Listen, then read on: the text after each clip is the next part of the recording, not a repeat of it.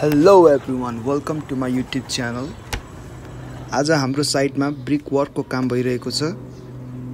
हाम्रो ऱ्याप टपदेखि टाइबिमको बटमसम्म यो ब्रिक वर्कको काम भइरहेको हो र तपाईहरु देख्न सक्नुहुन्छ। यो हाम्रो इङ्ग्लिस बोन्ड युज गरिएको छ यसमा ले गर्नको लागि, स्ट्रेचर र हाम्रो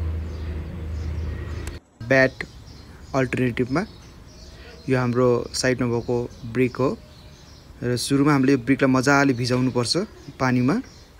त्यसपछि यो ब्रिक र अर्को ब्रिक हामीले ठोकाएर यसमा मेटालिक साउन्ड आउनु पर्ने हुन्छ ब्रिक चेक गर्नको लागि। र 1 र 1.5 मिटरबाट हामीले ब्रिक फाल्दाखेरि ब्रिक फुट्नु भाँचिनु हुन्न र यस्तै नै हामीले ब्रिक चेक गर्नुपर्ने हुन्छ साइडमा।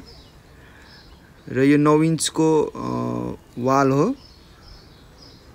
अनि हामीले चाहिँ यो वालमा चाहिँ 1:6 रेसियोको मोटर युज गरेको छौं।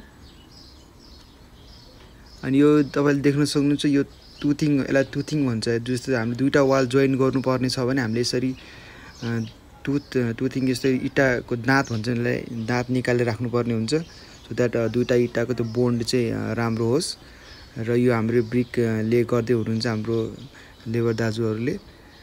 साइडबाट हामीले ब्रिक ले गर्दै आउनुपर्ने हुन्छ र धागो लगाएको छ कि नै त्यो पनि चेक गर्नुपर्ने हुन्छ। यो प्लम बफले पनि हामीले चेक गर्नुपर्ने हुन्छ, यो भर्टिकल स्ट्रेट छ कि नै भनेर प्लम बफले चेक गर्नुपर्ने धेरै जरुरी हुन्छ। र हाम्रो यो दुईटा इटाको मोटारको थिकनेस हाम्रो 10 mm छ र यो यसमा हेर्न सक्नुहुन्छ तपाईहरुले, मजाले यसमा यो ग्याप फिल गराउनु पर्ने हुन्छ हामीले। र यही नै हाम्रो काम भइरहेको छ र यो काम सकेपछि 7 देखि 10 दिनसम्म हामीले क्युरिङ गर्नुपर्ने हुन्छ ब्रिकमा मजाले। Thank you.